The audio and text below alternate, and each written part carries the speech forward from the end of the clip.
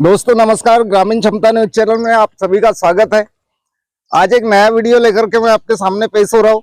बात करेंगे हम गोंदिया विधानसभा क्षेत्र की और बात करेंगे हम बालाघाट सिवनी लोकसभा क्षेत्र की। भंडारा गोंदिया जिला लोकसभा क्षेत्र। सबसे पहले तो मैं महाराष्ट्र पर से शुरू करता हूँ। मैं महाराष्ट्र की घटना ऐसी हो रही कि यहाँ क्या हो रहा है कि यहाँ के अन्य दलों के जो लोग होते हैं वो बीजेपी में चले जाते हैं और हर पार्टियों के दो पार्टी ऐसी हमारे महाराष्ट्र में बन चुकी है। जैसा शिवसेना, दो शिवसेना हो जाती है, उसके पश्चात राष्ट्रवादी कांग्रेस की भी दो पार्टी हो जाती है। आज की उड़ीसा से एक खबर है कि जो एक वहां के नेता है जिन्होंने बीजेपी कार्यकर्ताओं के ऊपर गाड़ी चढ़ा दिया था, उसी व्यक्ति को आज नरेंद्र मोदी जी अपने पार्टी में शामिल कर लेते हैं। गोंदिया की हम बात करें तो गोंदिया अभी लोकसभा चुनाव होगा, इसके पश्चात में विधानसभा चुनाव आएंगे। विधानसभा चुनाव तो बहुत ही मजेदार रहेंगे और पूरे जितने भी मतदाता है उनके लिए एक मनोरंजन का केंद्र माना जाएगा, क्योंकि गोंदिया में भी ऐसी घटना हो गई कि यहाँ भी दो भाजपा मानी जाती है और जिसको बहुत ही अच्छे तरीके से नाम दिया गया था, असली भाजपा और नकली भाजपा। तो इस बार जो विधानसभा के चुनाव होंगे तो उसमें देखना होगा कि क्या शिवसेना बीजेपी से दो उम्मीदवार रहेंगे, राष्ट्रवादी कांग्रेस से दो उम्मीदवार रहेंगे। तो इसी प्रकार से यहाँ का क्या माहौल बनेगा वो देखना होगा। अभी फिलहाल हम बात करते हैं लोकसभा चुनाव की।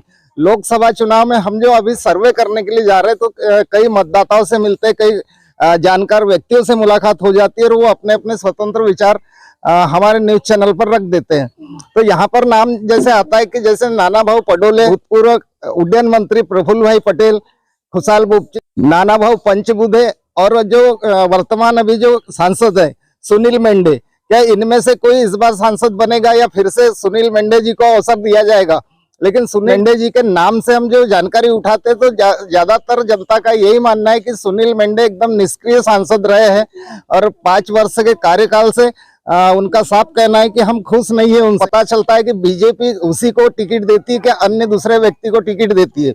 प्रफुल्ल भाई पटेल के बारे में जनताओं का ये मानना है कि वो खुलेआम कहते हैं कि प्रफुल्ल भाई पटेल इस बार सांसद बन सकते थे और कई लोगों को तो प्रफुल्ल भाई पटेल के लिए पछताते हुए हमने देखा है, क्योंकि बहुत अच्छा अवसर इस बार प्रफुल्ल पटेल चूक सकते हैं। उसी प्रकार से यहाँ से लगा हुआ गोंदिया जिले से लगा हुआ मध्य प्रदेश है। मध्य प्रदेश का पहला जिला जो होता है हमारे गोंदिया जिले से सटा हुआ है बालाघाट जिला। सिवनी बालाघाट लोकसभा क्षेत्र की बात करें हम तो यहाँ पर बीजेपी एक नया पत्ता खोल रहा है करके हमने कल के वीडियो में बताया था, जो कि अब नाम सामने आ रहा है। भारती पारधी करके एक महिला सांसद के लिए प्रत्याशी उतारा जाएगा। इधर कांग्रेस में ऐसी चर्चा चल रही कि हिना कांवरे एक महिला प्रत्याशी हो सकती है, लेकिन बोध सिंह भगत जो बीजेपी छोड़कर के जो कांग्रेस में आ जाते हैं उनका भी एक ऐसे उनकी आस लगी हुई है कि वो भी सांसद का चुनाव लड़ सकते हैं। देखा जाए तो जो हमारे पूर्व विधायक रमेश भट्टेरे जी, इनको तो साफ बीजेपी ने दरकिनार कर दिया है, ना उनका नाम चल रहा है ना चर्चा चल रही है। अब शायद उनने पिछले चुनाव में प्रत्याशी थे राजकुमार कराए जी, उनको मदद नहीं किया या उनको सिवनी क्षेत्र में चुनाव प्रचार के लिए भेज दिया जाता है। अब बताया जाता है कि उस क्षेत्र की जनता ये कहती है कि शिवराज जी चौहान ने उनसे वादा किया था कि आप इस बार का विधायक का चुनाव ना लड़े, आपको सांसद का टिकट दिया जाएगा। लेकिन अब शिवराज जी चौहान है, मुख्यमंत्री नहीं रहते, उनके जगह मोहन यादव जी मुख्यमंत्री बन जाते, तो क्या मोहन यादव जी उनका वादा पूरा करेंगे? जैसे लाडली बहना के लिए शिवराज चौहान ने जो वादा किए थे, किसानों के लिए समर्थन मूल्य के लिए वादा किए थे, तो क्या ये वादे पे जो नए सीएम बने डॉक्टर यादव जी, क्या उनके वादों पे खरे उतर सकते हैं? तो ये भी बात सब सोचने की है और आगे देखने की है। क्या भाजपा इस बार जो टिकट फाइनल करेगी सांसद की, क्योंकि आज से चर्चा शुरू हो चुकी है कि किसका टिकट कट रहा है और किसको टिकट मिल रहा है। तो भाजपा में जिसका सांसद का टिकट अगर कट जाता है तो वो क्या कांग्रेस में वापस आएगा या कांग्रेस को ज्वाइन करेगा? क्योंकि जहां वहां से अभी देखा जाए तो हर जगह से अन्य दलों के जो लोग हैं टूट करके सीधे बीजेपी में प्रवेश कर रहे हैं। खबर हमको प्राप्त हुई कि अखिलेश यादव के पार्टी से 8 लोग निकलकर भाजपा को समर्थन करने वाले हैं या समर्थन कर चुके हैं। तो जैसे जैसे चुनाव पास में आएगा वैसे वैसे अटकलें तेज होते जाएगी कि कौन से दल से कौन सा आदमी मोदी जी के पार्टी में जाके शामिल होता है। तो जनता का अब ये भी मानना है कि क्या भाजपा ने पूरा एक ठेका ले लिया है कि जितने भी भ्रष्टाचारी नेता लोग हैं उनको भाजपा में जमा किया जाए। तो इससे क्या भाजपा पार्टी की, भारतीय जनता पार्टी की छवि धूमिल नहीं होगी?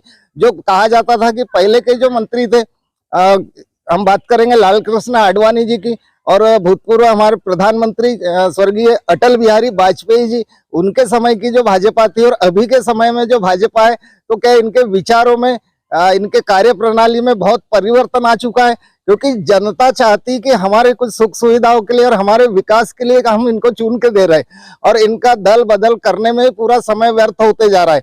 जैसे आप महाराष्ट्र देख रहे हैं कि पूरे 5 साल निकल गए वहां के मुख्यमंत्री बदलने में और वहां के पार्टियों को एक दूसरे में आने जाने करने में उनका समय निकल जाता है, तो फिर विकास की तरफ वो कब ध्यान रहेगा।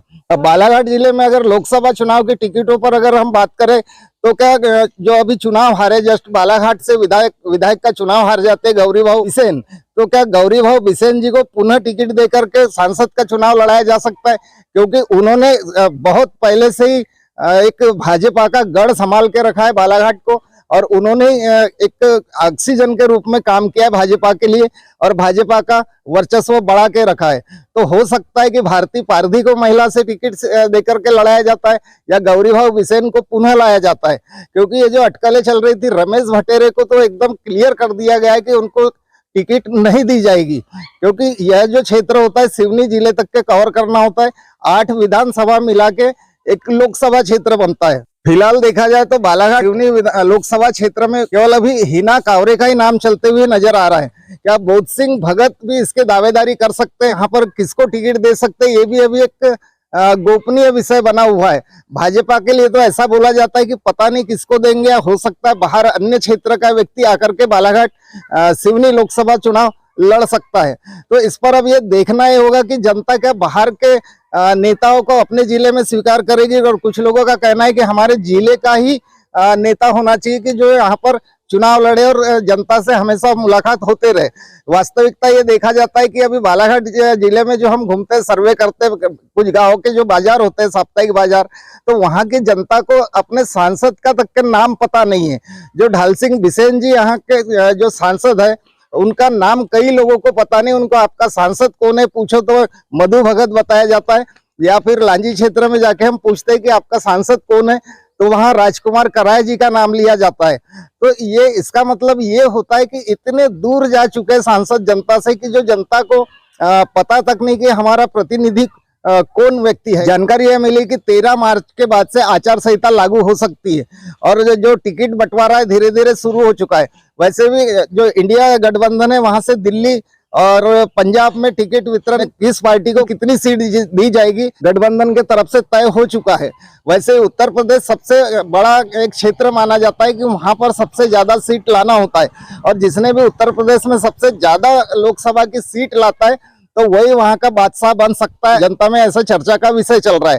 तो यही यहाँ का जो जैसे टिकट वितरण इंडिया गठबंधन का होता है वैसे ही तुरंत यूपी में एक एक्शन ली जाती है, और यूपी में ये होता है कि अखिलेश को भी 10 से 11 साल पुराना उसके केस का तुरंत सीबीआई लेटर भेज देती है और उनको बयान के लिए बुलाया जाता है। तो क्या जनता यही करेगी, यही देखना चाहेगी कि अब जितने भी विपक्ष वाले लोग हैं तो क्या चुनाव तारीख तक के इनके घर में ईडी और सीबीआई पहुंचेगी, ताकि जो इनका इंडिया गठबंधन है विपक्ष वालों को परेशान करना ये पूरा साफ नजर आ रहा है। अब जनता हर बात को समझ रही है कि यहाँ किस टाइप की राजनीति की जा रही है। अगर धीरे धीरे यही प्रक्रिया चालू रही ईडी और सीबीआई की तो क्या विपक्ष बच पाएगा, और बिना विपक्ष की सरकार कैसे चल पाएगी। विपक्ष रहेगा तभी सरकार चल पाएगी, लेकिन यदि विपक्ष ही नहीं है तो ये सरकार कैसे चल पाएगी। जिसको बेलगाम बेअंकुश ऐसी एक सरकार माना जाएगा कि जो विपक्ष को खत्म करके केवल अकेले ही सत्ता पाना चाहते हैं, तो ये भी कहाँ तक जायज है, ये सब जनता के ऊपर छोड़ते हैं और जनता ही खुद निर्णय लेगी कि किसे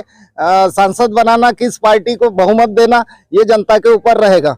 आज के लिए इतना ही काफी दोस्तों, फिर मिलते हैं नेक्स्ट वीडियो में, जिसमें हम छत्तीसगढ़ का जो पहला जिला है जो हमारे महाराष्ट्र और मध्य प्रदेश से टच होता है, राजनांदगांव जिले की हम बात करेंगे। तब तक के लिए नमस्कार।